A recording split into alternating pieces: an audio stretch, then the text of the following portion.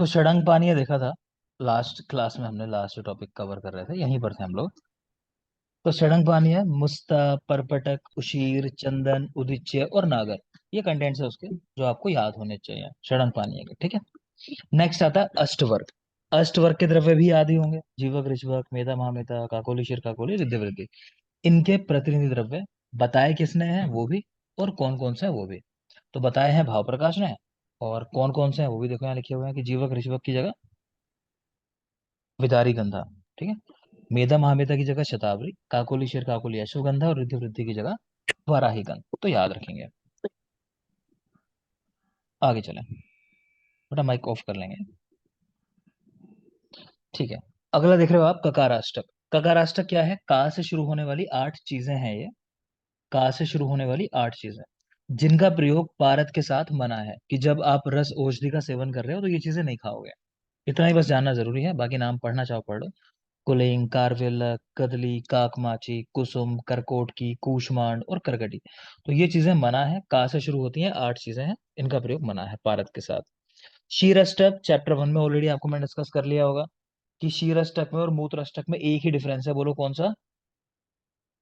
स्त्री और गधा। ठीक है ना? तो ठीक है, तो गदर मूत्र की बात आई है, स्त्री दुग्ध की बात आई है। ठीक है। मूत्रष्टक वो नीचे लिखे हुए यहाँ देख पा रहे हो आप, गदर। नेक्स्ट है कि मल, मूत्र, दुग्ध, रोम, नख, सींग इत्यादि निरोग और युवा जानवरों के लेने चाहिए, है ना? ये युवा है, कहीं भुना सोच लो कि भुने हुए जानवर के लेने चाहिए, तो भुना नहीं है, वो युवा है। तो मल, मूत्र, दुग्ध, रोम, नख, सींग इत्यादि निरोग और युवा जानवरों के लेने चाहिए। मूत्र, पुरीश, क्षीर इनका ग्रहण तभी करें जब पशुओं द्वारा खाया गया आहार जीर्ण हो चुका हो, यानी डाइजेस्ट हो गया हो जो खाया था उन्होंने। क्लियर? तो मूत्र, पुरीश, क्षीर तब लेने हैं जब डाइजेस्ट हो जाए। इसमें फिर वो सवाल आता है कि सुबह का दुग्ध अच्छा है या शाम का दुग्ध अच्छा है? तो शाम का दुग्ध अच्छा माना जाता है, शाम के समय का बेटा। ठीक है। कारण वही है कि दिन भर में डाइजेस्ट हो गया होगा, मूवमेंट की वजह से जानवर मूवमेंट करता रहता है, इसलिए तो सुबह का दूध नहीं अच्छा माना जाता, शाम का अच्छा माना जाता है। आगे आ जाएंगे। क्षार अष्टक, रटते नहीं हैं हम बिल्कुल भी, आप नाम पढ़ लो एक बार। पलाश क्षार, स्नूही क्षार, अपामार्क क्षार, इमली क्षार, अर्क क्षार, तिल क्षार, यव क्षार और सूर्य का क्षार। क्षार पंचक क्योंकि आसान है तो याद कर लेते हैं। कैसे? यम शपथ, कि यम की शपथ खा रहे हैं, यम की कसम खा रहे हैं। तो यम यानी यव और मुष्क, शपथ यानी सूर्य का, पलाश और तिलनाल क्षार। तो यम शपथ, क्षार पंचक। नेक्स्ट है क्षार त्रय, यव क्षार, सूर्य का क्षार और टंकण।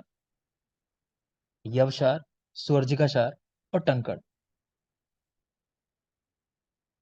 आगे देखिए लवण पंचक, ये भी याद होगा आपको, सैंधव, सुवर्चल, विडोदित, सामुद्र, छठा जुड़ जाता है इसमें नवसागर।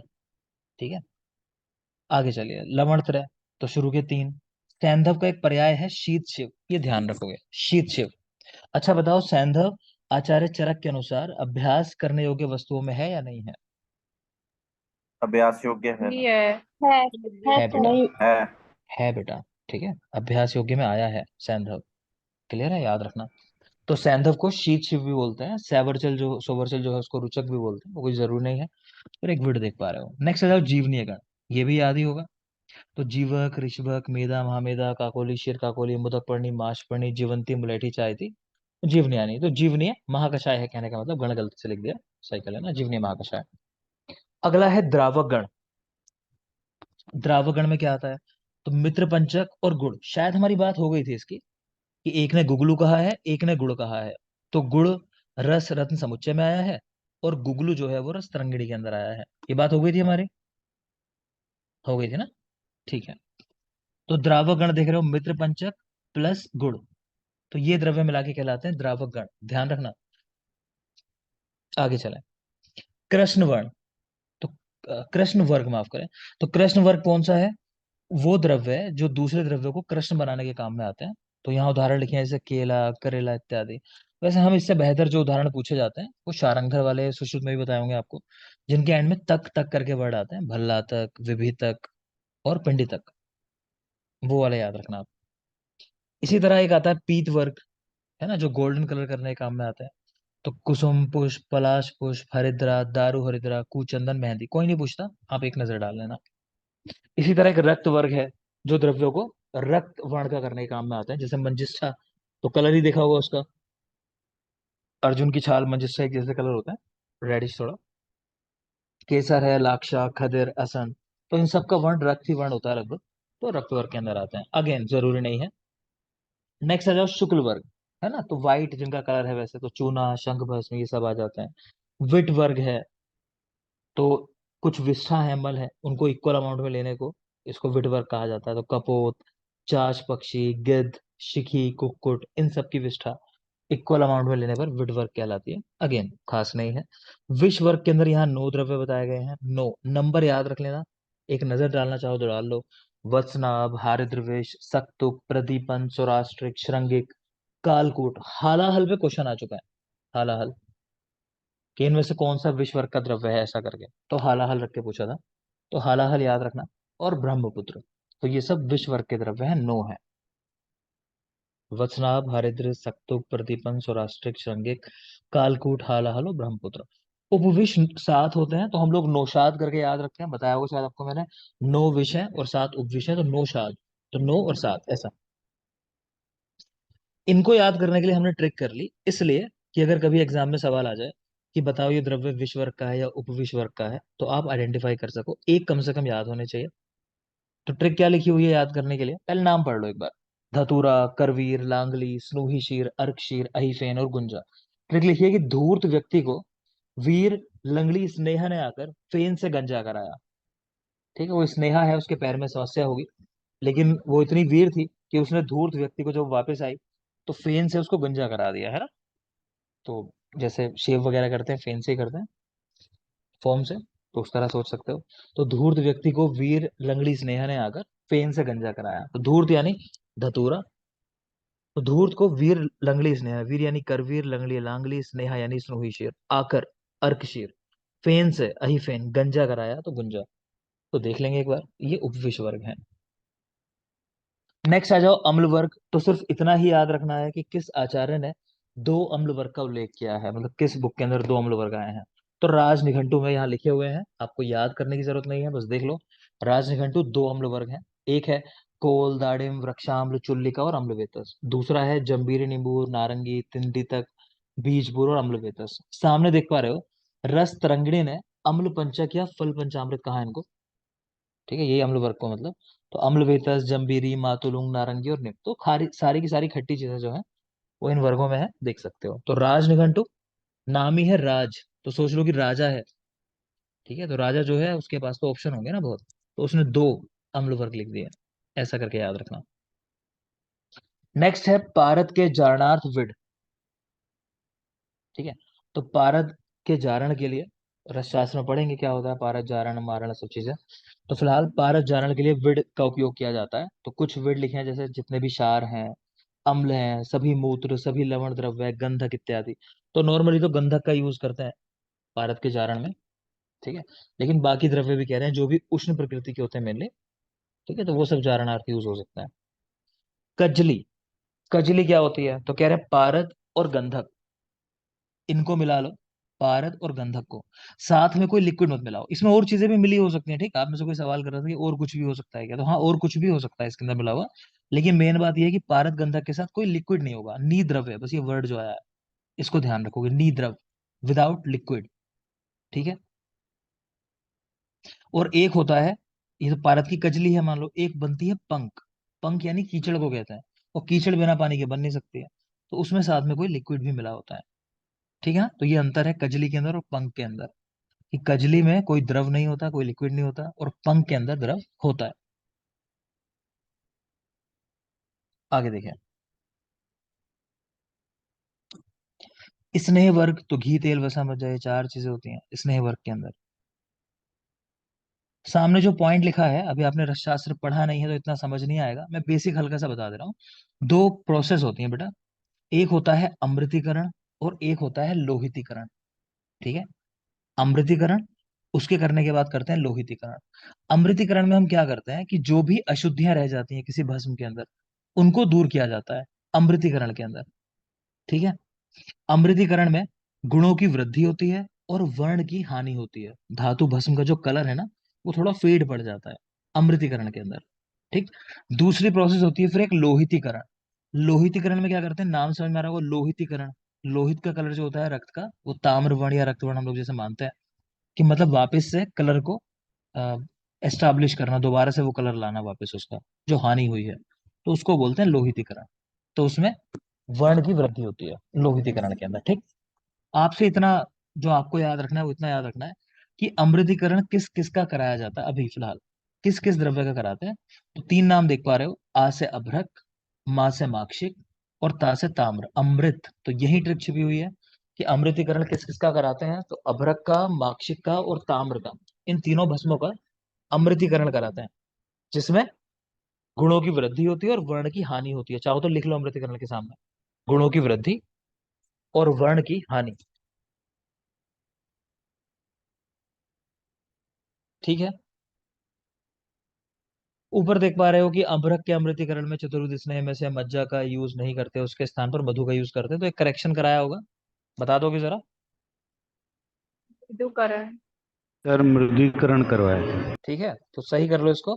ये अमृतीकरण नहीं है, ये क्या है, मृदुकरण, मतलब मृदु कर रहे हैं, तो मृदु करने के लिए लिख लोगे। सवाल आ चुका है एग्जाम में कि अभ्रक के मृदुकरण में, इसको सही कर लेंगे, अमृतीकरण की बात नहीं है, मृदुकरण है यहाँ पे वर्ड जो है, कि अभ्रक के मृदुकरण में चतुर्विध स्नेह में से मज्जा का यूज नहीं करते, उसकी जगह मधु का यूज करते हैं। तो माँ से मज्जा को रिप्लेस कर दिया माँ से मधु के साथ। ठीक है, तो मज्जा को मधु से रिप्लेस कर दिया। क्लियर है, आगे चलें। Excuse me sir. हाँ बोलिए। सर सर ये आप जहाँ से पढ़ा रहे हो सर, ये है नहीं मेरे पास, नोट्स नहीं है। ये सब कहाँ से पढ़ा रहे हो सर इसमें? अमित, ये मैंने आपको पीडीएफ दी थी ना पूरी, एक साथ ही पीडीएफ है पूरी है शायद सर ये आपके। मेरे पास मैं समझ गया। भाप्रकाश तरंग रसशास्त्र तीनों है मेरे पास, उसमें तो ये है नहीं सर कहीं। नहीं नहीं बेटा, ये तो एक ही पीडीएफ दी है मैंने पूरी आपको, उसी में लगा हुआ है। कोई बात नहीं, मैं दोबारा दे दूंगा। मुझे एक मैसेज डाल देना पर्सनल, है ना। ग्रुप में तो मैं डाल चुका हूँ कई बार, क्योंकि ओके। मैं दे दूंगा, सब एक ही ओके। साथ है। वैसे पता नहीं कैसे आपके मिस हो गया। ठीक है, देखो आगे। तो अभ्रक अभ्रक के मृदुकरण के अंदर चतुर्विध स्नेह में से मज्जा का यूज नहीं करते, उसकी जगह मधु का यूज करते हैं। ध्यान रखोगे, क्योंकि चार स्नेह है, घी तेल वसा मज्जा। तो माँ से मज्जा को रिप्लेस कर दिया माँ से मधु के साथ, किसमें, अभ्रक के मृदुकरण के अंदर। आगे चलेंगे, मान की बात कर रहे हैं, मान प्रकरण, कि मान क्या होता है। तो मियते अनेन इति मानम, कि जिससे नापा जाए वो ईमान है। ठीक है। दो प्रकार का होता है, एक मागध मान, एक कालिंग मान, जानते हो। मागध मान श्रेष्ठ है, इसको फॉलो करते हैं चरक, लिख लेना नहीं पता किसी को तो। और कालिंग मान को फॉलो करते हैं सुश्रुत। तो मागधी मान श्रेष्ठ माना जाता है, जिसको चरक फॉलो करते हैं। इसके अलावा और तीन भेद किए जाते हैं, पोतवमान, ध्रुव्यमान और पायमान। पायमान को दैर्घ्यमान भी कहते हैं, पायमान या दैर्घ्यमान। तो पोतवमान होता है ठोस द्रव्यों के लिए, पोतवमान ठोस द्रव्य जो आप नापते हो। द्रव्यमान, नाम समझ में आ रहा होगा, द्रव्य तो द्रव यानी लिक्विड के लिए है। और पायमान या दैर्घ्यमान, इनमें लंबाई, चौड़ाई, दूरी इत्यादि ये चीजें नापी जाती हैं। तो पायमान या दैर्घ्यमान लंबाई चौड़ाई नापने के लिए। जो गांव से जुड़े हैं वो जानते हो, कई बार पुराने टाइम के लोग पायों के बारे में बात कर लेते हैं, जैसा कि इतने पाए के बराबर, 4 पाए के बराबर लंबी वो चीज थी, ऐसा करके। ठीक है ना। तो पोतवमान ठोस, द्रव्यमान द्रव, और पायमान या दैर्घ्यमान लंबाई चौड़ाई के लिए। वंशी या ध्वंशी चरक की सबसे छोटी यूनिट है ना। खिड़की से आती सूर्य की किरणों में उड़ते हुए धूल के जो कण दिखाई देते हैं, उसको हम बोलते हैं वंशी या ध्वंशी। एक परमाणु इसका 30वें हिस्से के बराबर होता है, 130। ये भी हम बात कर चुके हैं। ये कुछ बेसिक यूनिट्स हैं, आपको अब तक याद हो गई होंगी। नहीं याद है तो देख लेना बेटा, ये सब बात हो चुकी है हमारी, तो इसकी बात यहाँ नहीं करेंगे, आगे देख लोगे। नेक्स्ट कह रहे हैं कि गुडुचि, कुटज, वासा, कूष्मांड, शतावरी, अश्वगंधा, पटोल, निम आदि को आर्द्र ही ग्रहण करना चाहिए, लेकिन द्विगुण मात्रा में नहीं लेना चाहिए। पीछे मैंने आपको बताया होगा कि पल से लेकर तुला तक, ध्यान आ रहा है कि यहां तक अगर लिखे हो तो 2 गुना लेना चाहिए। प्रस से लेकर तुला तक, माफ करें, प्रस से था ना, बोलो भाई, पढ़ाया होगा पीछे। यस सर, प्रस्थ से चूल्हा पढ़ाया है। कि प्रस्थ से तुला तक 2 गुना लेना चाहिए। फिर बताया होगा प्रस्थ शब्द अगर आ जाए कि प्रस्थ हो तो 2 गुना नहीं लेना चाहिए। है ना, वो कंफ्यूजिंग वाली बात कुछ देखी थी हमने। तो कुल मिला के वहां से हम एक कॉन्सेप्ट लेके गए थे। कॉन्सेप्ट हमारा ये था कि अगर आप आर्द्र द्रव्यों का इस्तेमाल कर रहे हो, आर्द्र द्रव्य लेने गए हो, तो क्या करोगे, उनको डबल अमाउंट में लोगे। ये कॉन्सेप्ट था हमारा। इतनी बात क्लियर है सबको, कि कोई आपको आर्द्र द्रव्य बेच रहा है तो आप ये कहोगे ना, ज्यादा दो, इसमें तो पानी मिला हुआ है, पानी से गीले हो रहे हैं। ठीक है, तो बाकी सब जगह तो वो ट्रू है, लेकिन जब हम बात करेंगे गुडुचि, कुटज, वासा, कूष्मांड, शतावरी, अश्वगंधा, पटोल, निम, इन द्रव्यों की, तो कह रहे हैं लेना तो इनको आद्री है हमेशा, लेकिन इनको 2 गुना मात्रा में नहीं लेते। इनको उतना ही लेना है जितना लिखा हुआ है, इनको डबल नहीं लेते। तो इसके लिए हम एक ट्रिक याद करते हैं, चाहो तो लिख लो, अच्छी नहीं है लेकिन याद कर सकते हो। तो लिखो अश्व कुकु प्रसख। अब ऐसे ही चला आ रहा है, सब लोग ऐसे ही याद रखते हैं इसको। तो अश्व कुकु प्रसग, तो हम भी ऐसे ही याद कर लेंगे, अश्व कुकु प्रसग। अश्व यानी अश्वगंधा, कुकु मतलब कूष्मांड और कुटज के लिए लिखा हुआ है, तो अश्व कुकु। और प्रसग यानी प्रसारणी है, इसमें लिखा नहीं है प्रसारणी। सा से शतावरी होता है, सा से शतावरी। और गा से गुडुचि। सर ठीक है, इसमें करेक्शन करवाई थी आपने? करेक्शन करवाए थे, बोल दोगे बेटा क्या हाँ करेक्शन कराया था? सर पटोल और नीम को कटवाया था, और इसकी जगह सर एक प्रसारिणी और शतपुष्पा। तो बेटा जोड़ लोगे, बता रहे हैं सैरयक, और एक प्रसारिणी शतपुष्पा। प्रसारिणी। ठीक है, ट्रिक के हिसाब से होना चाहिए था वैसे भी। और बेटा तीसरा शतपुष्पा से। शतपुष्पा। ठीक है ना, तो करेक्शन कर लोगे, लास्ट वाले 2 काट दो, पटोल और निम गलत है, ट्रिक में भी नहीं आ रहा है हमारे, देख रहे होगे आप, ना भी नहीं है ट्रिक में। ठीक है, अश्व कुकु प्रसक, तो आ से हो गया अश्वगंधा, और शाह से बेटा हो गया शतपुष्पा और सैरयक। ठीक है, वा से हो गया वासा, इस तरह थे आप। ठीक है, आ से अश्वगंधा, शाह से शतपुष्पा और सैरयक, वा से वासा। तो अश्व कुकु यानी कूष्मांड और कुटज, प्रसग यानी प्रसारिणी, सा से शतावरी हो गया। ठीक है, एक और जो रह गया शतावरी कह लो, और घास है गुडुचि। देख लेना, मतलब ज्यादा नाम निकल जा रहे होंगे। तो अश्व कुकु प्रसग, ये ट्रिक है हमारी याद करने की। तो ये द्रव्य जो है लेने याद रहे, लेकिन डबल नहीं लेने। कोई डाउट किसी को? रिम्पी बेटा क्लियर है? ठीक है, आगे देखिए। नेक्स्ट आप देख रहे हो आचार्य सुश्रुत, उनके अनुसार यूनिट लिखी है, तो शायद ये भी बात हो गई होगी। अगर नहीं हुई है तो इनमें भी क्या याद रखना, वो बता दे रहा हूं, देखो कि मध्यम प्रमाण के 12 धान्य मास के बराबर एक स्वर्णमाशक होता है। ये याद रखोगे, स्पेशली 16 स्वर्ण माशक का एक स्वर्ण, एक तो ये बात याद रखनी है, 16 स्वर्ण माशक के बराबर एक स्वर्ण होता है। ठीक है, दूसरा याद रखना है ये, 19 निष्पाव बराबर एक धरण, और 2.5 धरण बराबर एक कर्ष। इतना जरूर याद रखना है। तो 16 स्वर्ण माशक के बराबर एक स्वर्ण होता है, 19 निष्पाव मध्यम प्रमाण के, वो भी मध्यम प्रमाण के 19 निष्पाव बराबर एक धरण, और 2.5 धरण का एक कर्ष। ऐसा लगता है सुनने में धरण कितनी बड़ी यूनिट होगी, जैसे कुछ ऐसा क्विंटल्स के अंदर होती होगी, है ना, तो ऐसा नहीं है। तो 2.5 धरण के बराबर तो एक कर्ष होता है, तो सोचो कितना छोटा होता होगा धरण।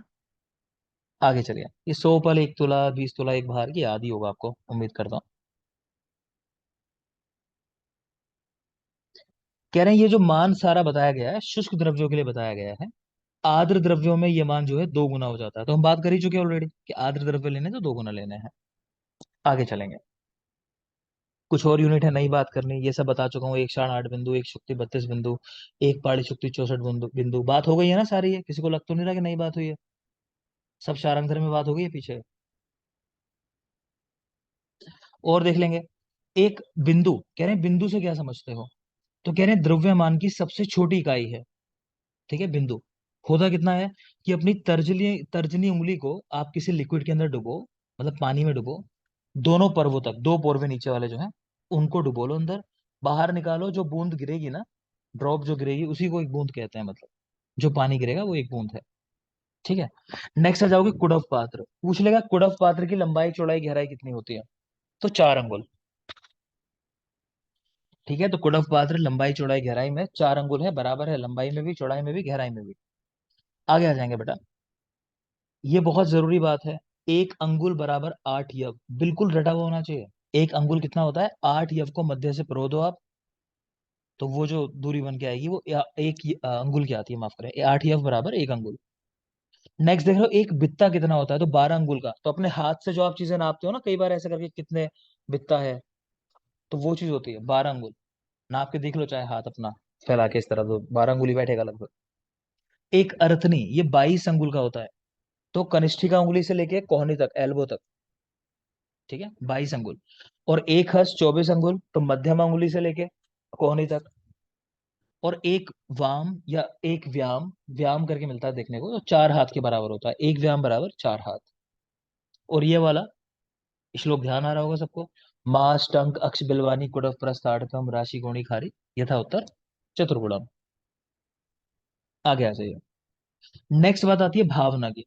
तो भावना कह रहे हैं कि कितनी दी जाती है, मतलब कितना लोगे आप किसी द्रव्य को भावना देनी है तो सिंपल सा रूल ये है कि किसी द्रव्य को मान लो भावना देनी है, जैसे आंवला है, आंवले को अगर आंवला सोरस की भावना देनी है तो इतना ही लेंगे जितने में वो आंवला गीला हो जाए, ठीक है। उसके बाद उसको हम लोग मर्दन करते रहेंगे, तब तक करेंगे जब तक वो बिल्कुल उड़ ना जाए वाटर, मतलब या जो स्वरस लिया है वो खत्म ना हो जाए। दोबारा से ड्राई कर लेने की प्रोसेस जो है वो एक भावना है, तो बहुत हैक्टिक प्रोसेस है, ठीक है। तो कोई सवाल ऐसा पूछ चुके हैं लोग एग्जाम में भी और इंटरव्यू के अंदर भी, कि जैसे आंवले को आंवले की भावना देने से क्या हो जाएगा, है ना, कि गुणों की वृद्धि हो जाती है। वही जो कैरेक्टर है आंवले के नेचुरल, वो गुणों की वृद्धि हो जाती है ना, ऐसा नहीं कि वो यूजलेस है। क्लियर, देखोगे आगे।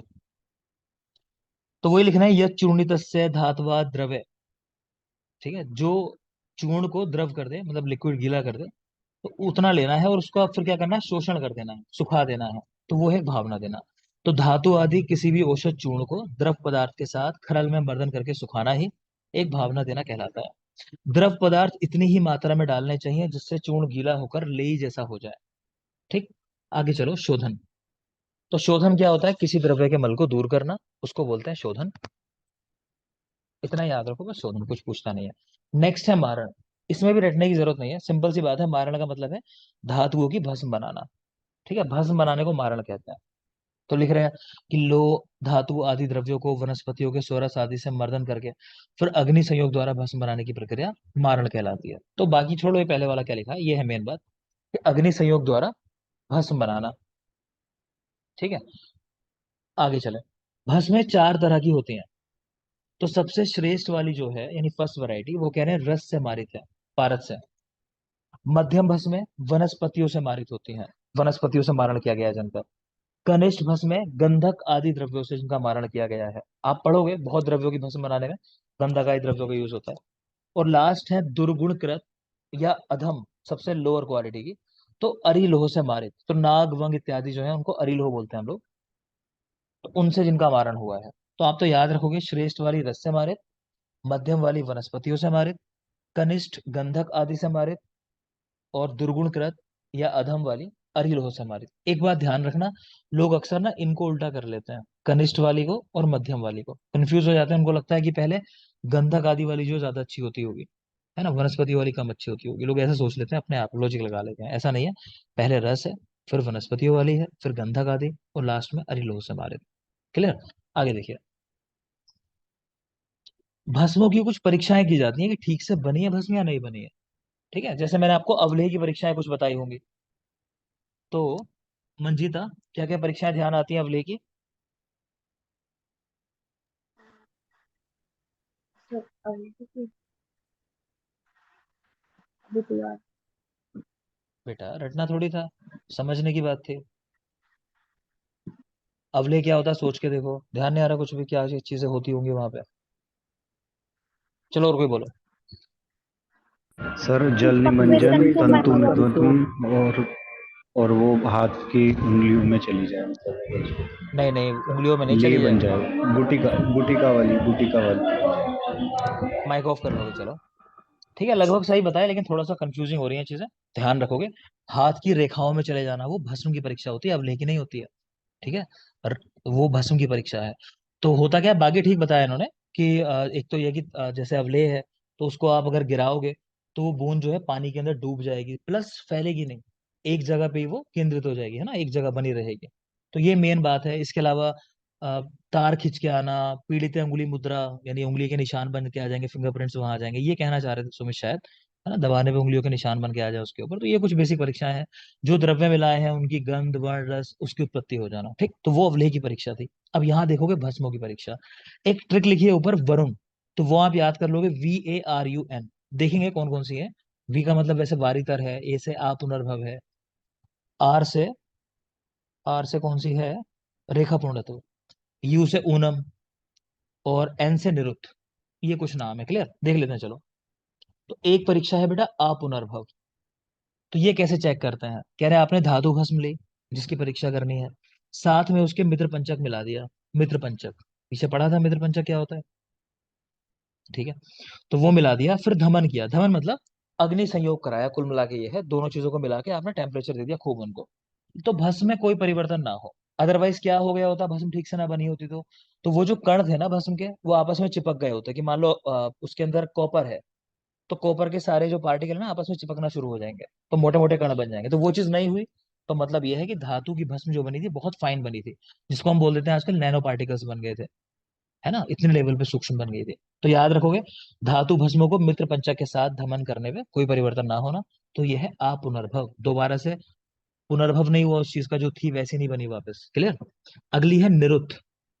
तो धातु भस्म ली, चांदी का टुकड़ा लिया, फिर वही किया, मूषा में दहन किया, आपके मित्र पंचक की जगह चांदी है, भस्म का थोड़ा अंश भी चांदी के साथ ना चिपके। कह रहे हैं अदरवाइज क्या हो जाता, अगर ठीक से नहीं बनती तो चांदी के साथ वो धातु की भस्म जो थी चिपक जाती, ठीक है। वो नहीं चिपकी तो मतलब निरुद्ध भस्म बनी है। तो निरुद्ध किससे करनी है परीक्षा, चांदी के साथ करनी है, ऐसा याद रखोगे। नेक्स्ट है निश्चंद्र, बहुत बहुत जरूरी परीक्षा पूछी जाती है। किस भस्म की प्रधान परीक्षा है, निश्चंद्रिका होना, मतलब चंद्रिकाएं ना होना उसके अंदर। चंद्रिका यानी वो चमकीले कण आपको ना दिखाई दे, जैसे रेत देखा है कभी, रेत के अंदर दिखाई देते हैं, है ना, तो वो नहीं दिखाई देंगे। अगर वो दिखाई दिए तो मतलब है खाते समय क्या होगा, दंत आग्र चक चक चक, मतलब ऐसी आवाज होती है, कचर कचर जैसी अजीब सी आवाज होती है ना, दांतों में कुछ क्रिकल जैसे आ जाती है, तो उस तरह वाली आवाज, कह रहे हैं वो चीज होने लगती है। और कॉम्प्लिकेशन लिखे हैं वो देखते हैं अभी, चलो। तो चंद्रिका रहित होनी चाहिए, ये मेन परीक्षा है अभ्रक भस्म की, बिल्कुल ध्यान रखना, अभ्रक भस्म की प्रधान परीक्षा है। पूछा जाता है अगर चंद्रिका युक्त अभ्रक भस्म का सेवन कर लिया तो क्या कॉम्प्लिकेशन होगा। तो क्या लिख रहे हैं, ये व्याघ्र रोमवत आंतों को फाड़ देती है। इसके लिए एक इंग्लिश वर्ड लिख लो, परफोरेशन, इंटेस्टाइनल परफोरेशन, है ना, आंतों का फट जाना। क्योंकि आप जानते हो कि हम ह्यूमन जो है, हम क्रिएटिन को डाइजेस्ट नहीं कर सकते, है ना। किसी में वो क्रोकोडाइल वाला सिस्टम फिट हो तो अलग बात है, वो तो कर जाता है, लेकिन हम जो है इंसान जनरली नहीं कर पाते इस चीज को, ठीक है। तो ये व्याघ्र रोम के समान, क्योंकि उसके जो रोम होते हैं ना बहुत हार्ड होते हैं और बहुत शार्प होते हैं, तो व्याघ्र रोमवत आंतों को फाड़ देना ये काम करती है चंद्रिका युक्त अभ्रक भस्म। नेक्स्ट देख रहे हो, शिलक्षण होना, मतलब चिकनी होगी भस्म जो है, चमक नहीं होगी लेकिन होगी चिकनी। सूक्ष्म होगी, सूक्ष्म का मतलब वही है कि जैसे रेखा पूर्णत्व जो परीक्षा है इससे पता चल जाता है कि सूक्ष्म है, कि आपने तर्जनी और अंगूठे के बीच में भस्म को रखा, उसको रगड़ा, तो आपकी जो फिंगरप्रिंट्स है, मतलब जो दिखाई देते हैं आपको, उनके अंदर वो एंटर कर जाए, मतलब वहां चली जाए। तो तर्जनी अंगूठे के बीच में भस्म को रगड़ने पर रेखाओं में प्रवेश कर जाना, यही रेखा पूर्णत्व है। तो इससे पता चलता है कि भस्म जो है सूक्ष्म बन गई है, क्लियर।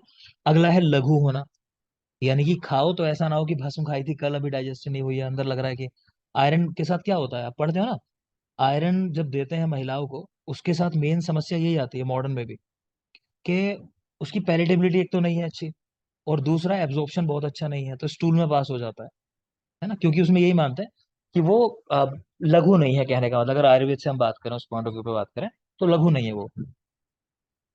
तो मेटेलिक टेस्ट रहना, लिख सकते हो चीज कि लिख लो कि आयरन जो है, आयरन सप्लीमेंटेशन, तो उसका इफेक्ट इनमें से कौन सा है, तो वो पूछ चुका है ऐसा क्वेश्चन करिए। तो मेटेलिक टेस्ट होना, है ना, स्टूल कलर चेंज हो जाना, स्टूल कलर तो डार्क हो जाता है, तो स्टूल कलर चेंज होना। मुख का टेस्ट कैसा होता है, मेटेलिक टेस्ट होता है, तो महिलाएं जो लेती हैं वो कहती रहती हैं पूरा दिन अजीब सा मुंह रहता है, तो मेटेलिक टेस्ट होना। और पैलेटेबिलिटी तो है ही नहीं, जैसे मैंने कहा, तो याद रखोगे। आगे चलिए चलें।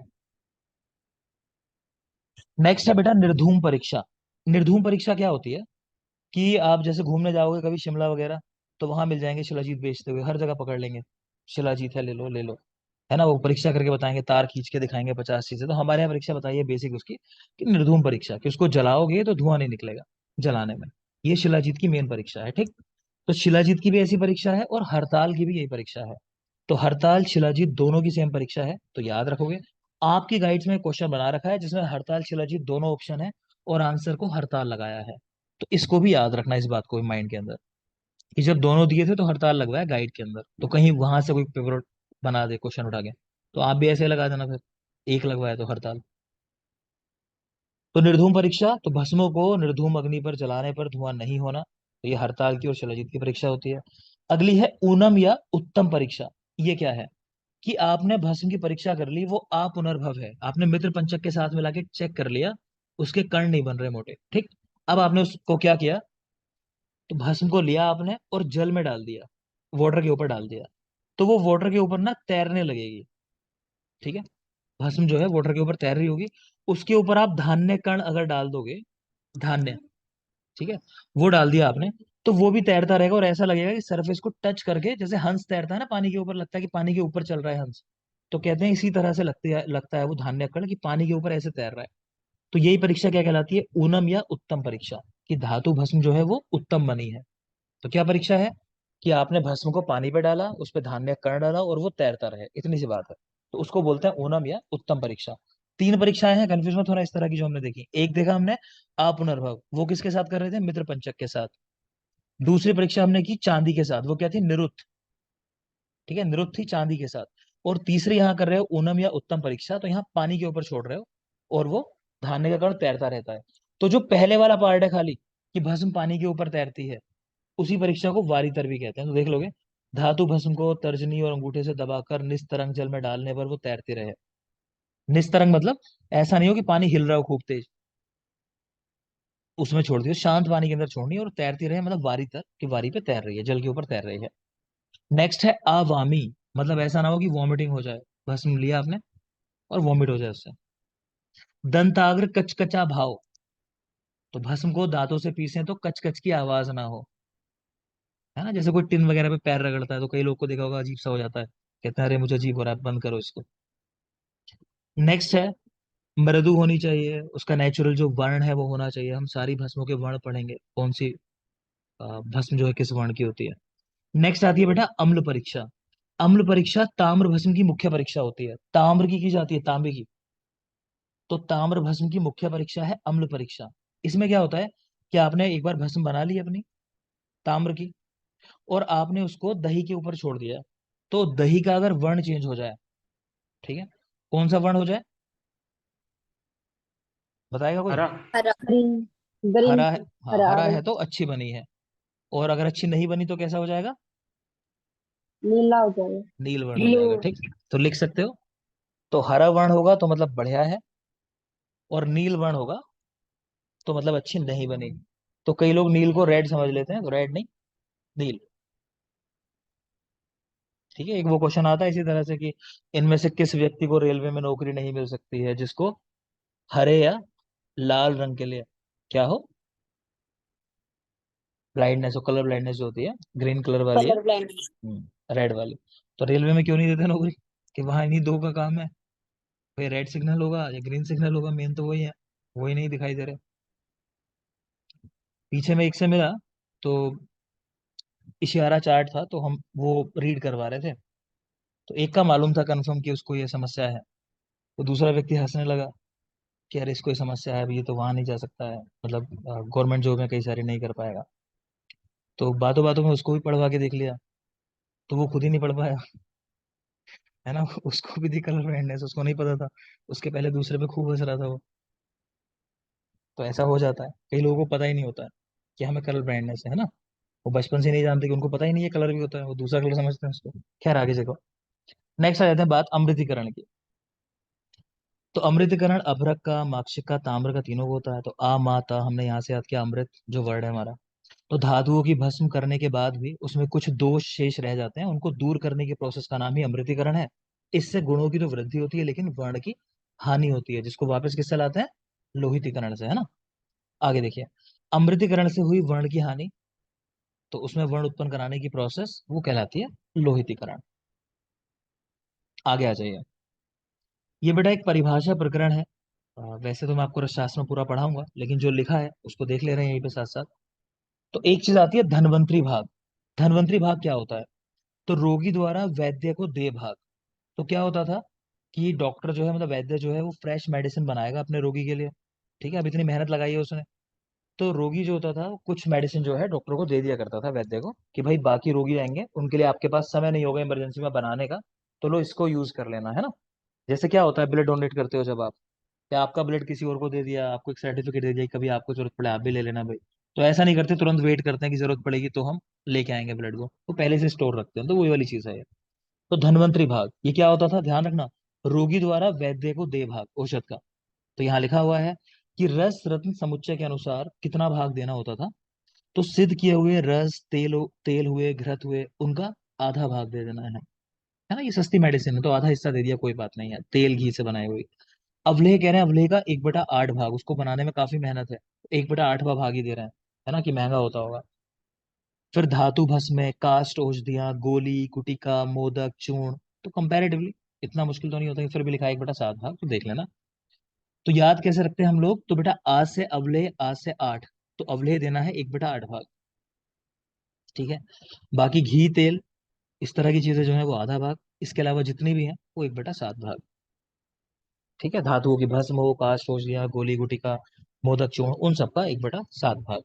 रस तरंगिणी की अगर बात करें, उन्होंने कहा कि मृत की हुई धातुएं, मतलब जिनकी भस्म बनाई गई है, आसव, अरिष्ट, इन सब का 1/4 भाग वैद्य को दें, 1/4। ठीक है, धातुएं, आसव, अरिष्ट आदि का 1/4 भाग वैद्य को दें। नेक्स्ट देखोगे, अगली एक टर्म आई है रुद्र भाग।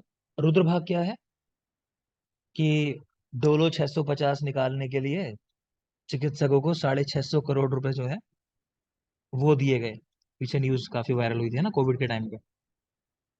तो वो चीज जो है वो रुद्र भाग है, कि जो व्यवसायी जो है चिकित्सक को पार्ट दे देते हैं। तो कह रहे हैं कितना देना है, वो विक्रेताओं द्वारा वैद्य को औषध मूल्य का 1/11 भाग दिया जाता था। तो जितने की मेडिसिन मतलब सेल हुई है, तो उसका 1/11 भाग वो डॉक्टर को मिलता है, मतलब वैद्य को मिलता है, उसको बोलते हैं रुद्र भाग। ठीक है, तो इतना ही रखते हैं, चलो टाइम भी खत्म हुआ आज की क्लास का। तो आप लोग का टेस्ट मैंने बता दिया, परसों आपका टेस्ट है, और बाकी 5 वाले बैच में कल टेस्ट है। किसी को देना हो तो अटेम्प्ट कर सकते, अगर पढ़ा हो तो बेमतलब मत देना कि हमने पढ़ा नहीं सर हमने दे दिया, ऐसा नहीं। अगर पढ़ रखी है वो चीजें, पढ़ी है आपने तो देना है, वरना नहीं देना। क्लियर? और बिना मतलब खोल के भी उनको नहीं देखोगे, टेस्ट नहीं ओपन करोगे, अपना अटेम्प्ट खराब हो जाएगा आपका फिर वो। क्लियर है? थैंक यू, कल मिलते हैं सेम टाइम। Good night. कुछ कहना है आकांक्षा बेटा, ऐसा लग रहा है कुछ कहना चाह रहे हो शायद।